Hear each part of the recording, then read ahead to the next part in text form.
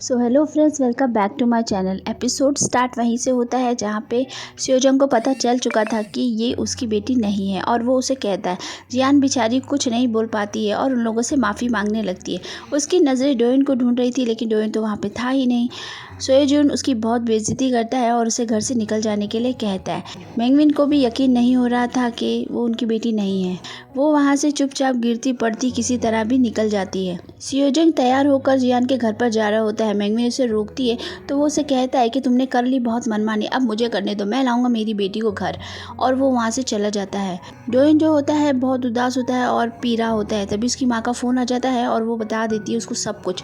ये सब सुनने के बाद वो वहाँ से फ़ौरन निकल जाता है। तासुन की वाइफ जो होती है फ़ोन करके उसे मैसेज के बारे में बताती है तो वो अपना फ़ोन चेक करता है।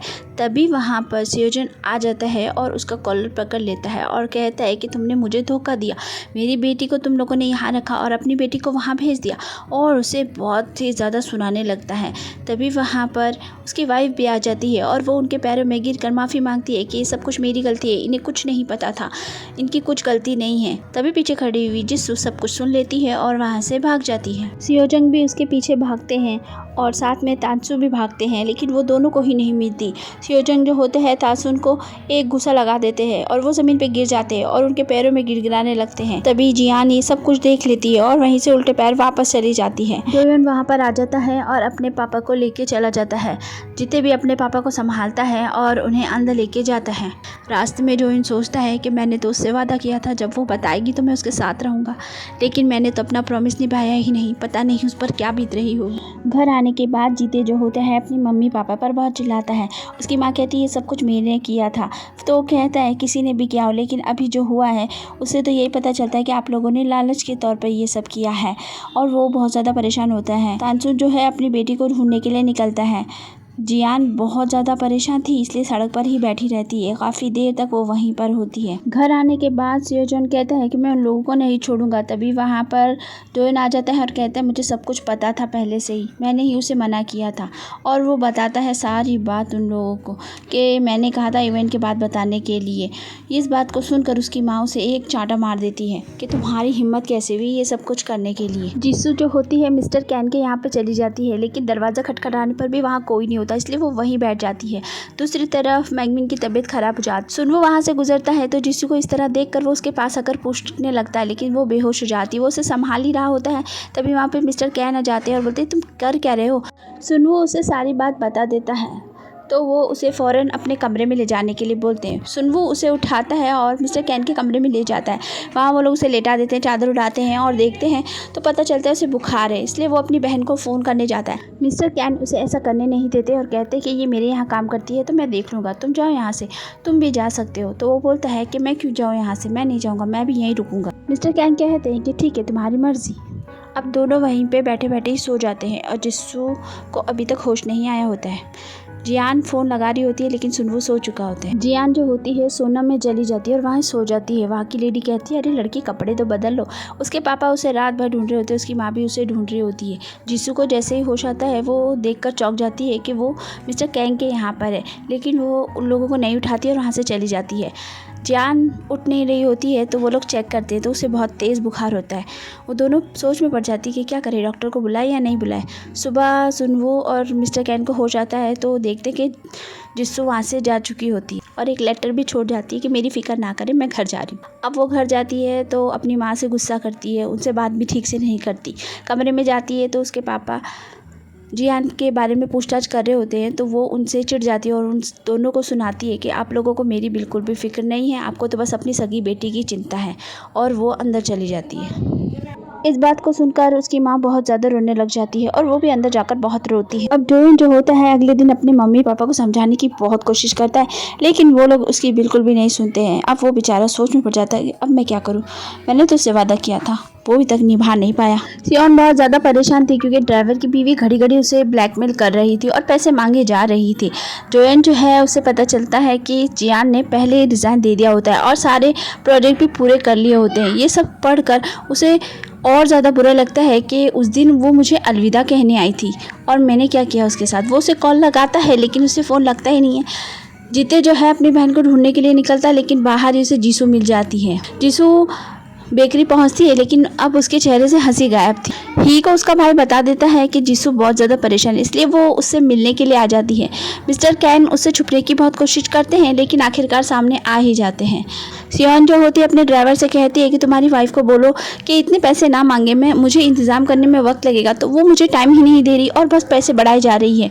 ये सुनकर वो बोलता है कि प्लीज़ उसे पैसे दे दो, मेरा भी छुटकारा हो जाएगा, फिर मैं तुम्हारे साथ अच्छे से रह सकता हूँ। ये सुनकर वो बेचारी बहुत ज़्यादा परेशान हो जाती है। जियो दुआ मांग रहा था क्योंकि उसे कारोबार करने के लिए कुछ पैसों की कमी पड़ रही थी, इसलिए वो सोच रहा था कि कुछ हो जाए। तभी उसे सियोन का फ़ोन आ जाता है। उनके पापा उसे ढूंढ रहे थे, इसलिए उसकी सहेली से मिलने के लिए जाते हैं और वहाँ भी कुछ ना पता चलने पर वो बेचारे रोने लग जाते हैं। ये देखकर उसकी सहेली को भी बुरा लगता है। अब मैगनी जो होती है जियान की माँ को अपने घर पे बुलाती है और उसके सामान को ले जाने के लिए कहती है। वो वहाँ कमरे में जाकर उसका एक टी शर्ट ले लेती है क्योंकि वही होता है। ये देखकर मैगनी कहती है कि हाँ, सारा कुछ तो हमने दिलाया है, यही चीज़ उसकी होगी। अब जियान की माँ घुटनों के बल बैठकर उनसे माफ़ी मांगती है और कहती है कि मेरे बच्चों को छोड़ दीजिए और मेरी बेटी की कोई गलती नहीं और मेरे हस्बैंड की भी कोई गलती नहीं, सब गलती मेरी है, मुझे सज़ा दीजिए।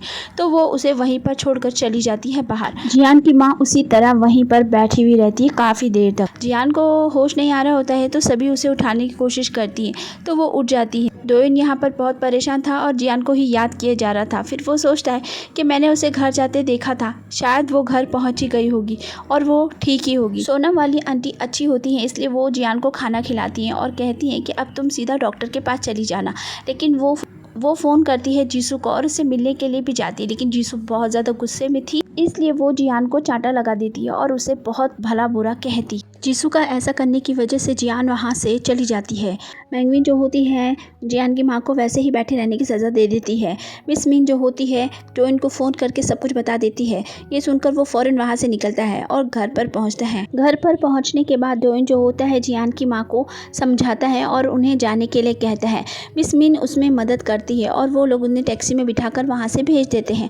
घर पहुँचने के बाद जियान की माँ बताती है कि वो लोग कभी उन्हें माफ़ नहीं करने वाले हैं और वो रेस्टोरेंट छोड़ने भी नहीं दे रहे हैं, उसे वहीं काम करने के लिए कहा गया है। ये सारी बातें सुनने के बाद ताइसू जो होता है सियोजोन से मिलने के लिए जाता है उनके ऑफिस में। पहले तो वो माफ़ी मांगते हैं क्योंकि उन्होंने पुलिस में रिपोर्ट नहीं की थी कोई खोई हुई बच्ची के मिलने पर, लेकिन वो बताते हैं कि ये सब उनकी वाइफ की वजह से हुआ है। उनकी बच्ची मर गई थी और जब उनकी वाइफ ने छोटी बच्ची को देखा तो वो अपनी ही बेटी समझ लिया और वो सारी बात भी बता देता है कि उनकी बेटी उनसे कहाँ, कैसे और कब मिली थी। ये सारी बातें सुनने के बाद जोसन बोलता है ठीक है, मैं इसकी पूरी जांच करूंगा और उसके बाद ही कोई फ़ैसला करूंगा। घर आने के बाद वो अपनी वाइफ से पूछने की कोशिश करता है, लेकिन वो नज़रें चुरा रही होती है। जियो अपने काम पर होता है तभी सियोन वहाँ पर आ जाती है और बहुत सारे जूते खरीदती है और कहती है क्या मैं इसे ले जा सकती हूँ, और फिर उसका हाथ पकड़ कर ले जाती है साइड में। वो बोलता है आखिर क्या बात है, तुम मेरे पीछे क्यों कर रही हो। वो कहती है मुझे तुम्हारी एक मदद की ज़रूरत है। अब वो उसे सारी बातें बता देती है तो कहता है अरे प्यारी लड़की, तुम भी कहाँ मुसीबत में फंस गई, तंबू कहीं की। ऐसे लोगों से सावधान रहने के लिए मैंने पहले ही तुम्हें समझाया था, लेकिन तुमने नहीं मानी।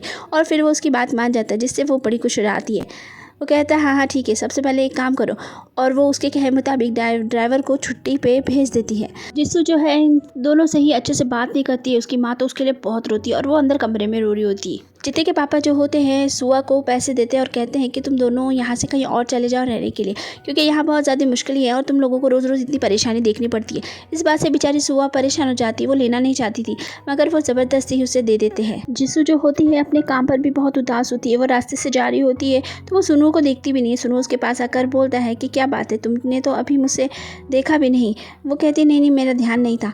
अब वो उससे ब्रेड ले लेता है और कहता है मैं वहीं जा रहा हूँ तो मैं ही ले जाऊँगा, तुम परेशान मत हो।